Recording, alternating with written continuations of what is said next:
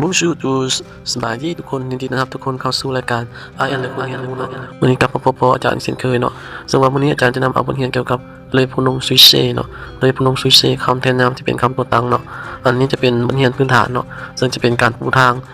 เบื้องต้นเนาะในการแจกแบบภาษาฝรั่งเนาะซึ่งเขาจะเป็นต้องรู้คำพวกนี้ก่อนเนาะจะแจกแบบภาษาฝรั่งทึกเนาะซึ่งว่าพูนงซุยเซ่เนาะในภาษาฝรั่งเนาะจะมีคำใดแด่เอามาติดตามกันเลยในบทเรียนของวันนี้ก่อนอื่นเนาะจะขออธิบายให้เข้าใจเพื่อทำความเข้าใจอย่างจะแจ้งเนาะสำหรับเลยโพนงซุยเซ่เนาะจะแบ่งออกเป็น3บุรุษดังนี้เนาะบุรุษที่1จะมีคำว่าเชอนูเนาะและบุรุษที่2จะมีคำว่าตุยวูสำหรับบุรุษที่3เนาะจะประกอบมี in and in s and s เนาะและโพนงซุยเซ่เนาะจะแบ่งออกเป็น2จำนวนก็คือ singulier เนาะจำนวนน้อยและ pluriel จะเป็นจำนวนหลายเนาะต่อไปเข้ามาเบิ่งเนาะโพนงซุยเซ่แต่ละตัวมีความหมายอย่างใดเนาะเชอแปลว่าค่อยตูแปลว่าเจ้า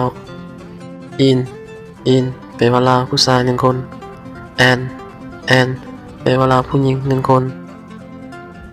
จำนวนนี้เนาะเอิ้นว่าจำนวนน้อยหรือว่า singulier เนาะต่อไปเนาะนูแปลว่าพวกเฮา